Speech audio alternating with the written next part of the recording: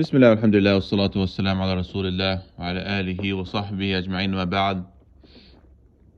There's a problem that we have amongst the Sunni students of knowledge. In others, but we really only care about the Sunni students of knowledge. Um, it's this concept of name dropping. What does this mean? You find that some of the students, at least, they talk about how they visited such and such country, they met so and so sheikh. Maybe they even took something from such and such sheikh, for example. And no doubt these are good things, right? The least that they can probably get is some type of tabarruk, especially if they're a great scholar. Even greater if they were a spiritual guide. Not necessarily the spiritual guide is better than the scholar. Obviously, ideally that it would be a scholar that is a spiritual guide is really the best. If one can find one of those, which are rare. But anyway, so they drop all these names. And this is a concept in some countries where you can actually attend some of their open majalis of the scholars. And maybe you were there for a week or two and you happen to catch a dars or two here and there from different scholars even.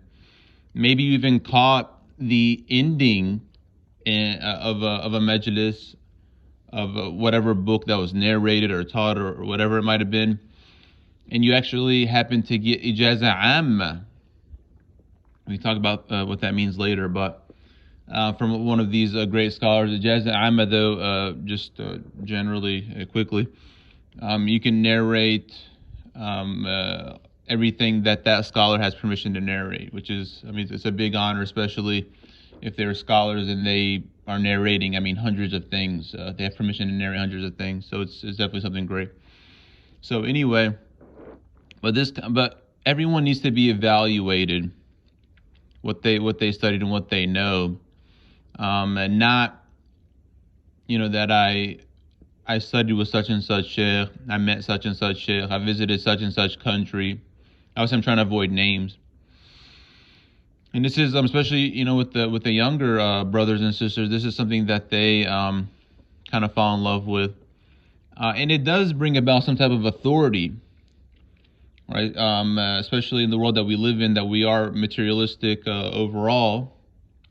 So people can actually be even deceived by these names that are dropped, and make this person even seem something great. And it's even more so for the more wealthy, the wealthier students of knowledge. This you see that they can afford to visit many of these countries.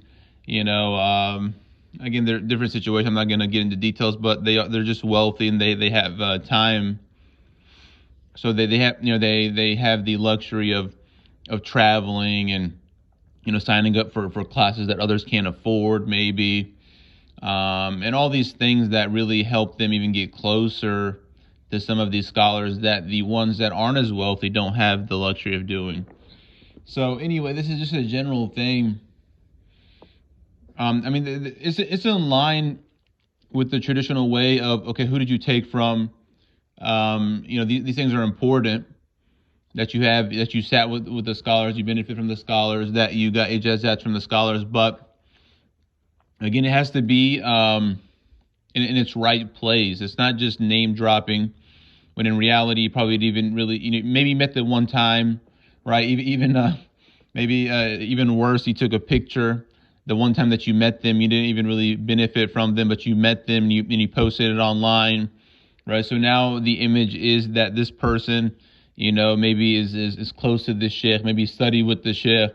And again, it's a problem, especially with social media and just the world that we live in, how these things come about.